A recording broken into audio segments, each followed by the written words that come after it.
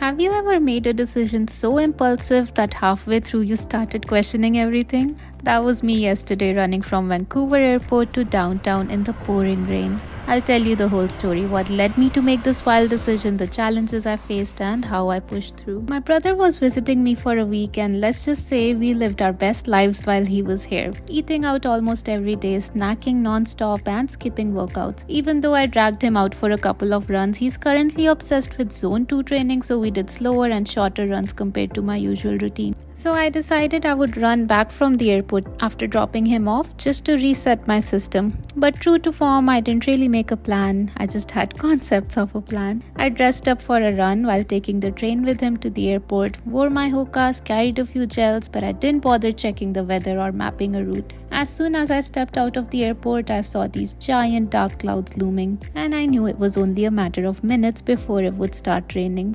I spent a good few minutes delaying the inevitable, standing at the terminal watching those dark clouds roll in, fully aware of what I was about to get myself into.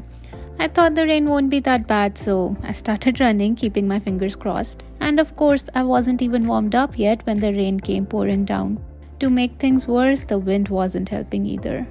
I pushed through first few kilometers, and around the 3K mark I found myself standing at a bus stop, drenched to the bone, rethinking this whole plan.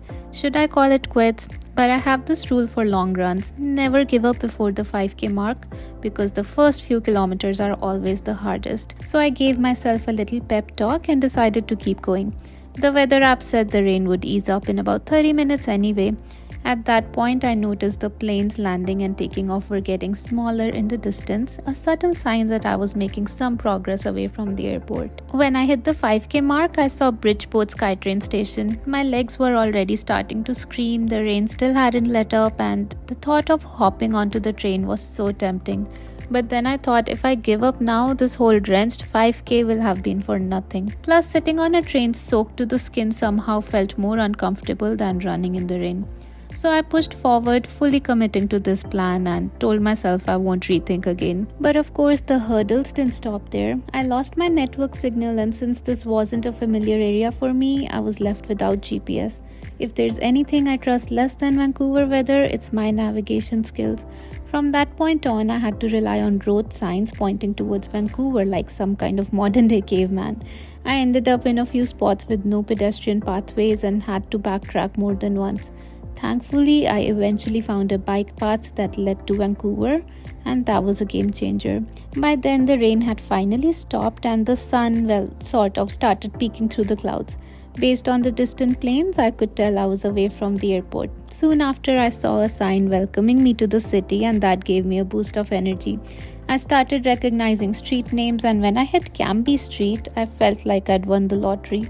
Cambie Street is one of my favorites because it runs straight into downtown, so I told myself, from here on, we just run straight non-stop. Of course, I had to pause here and there for traffic signals and even took a moment to look back and watching the planes landing way off in the distance. There was some construction on Cambie which forced me to take smaller parallel streets for a bit, but eventually I saw the sign for Queen Elizabeth Park. That site brought back so many memories of training for the Vancouver Marathon, as this park was the starting point of my long runs back then.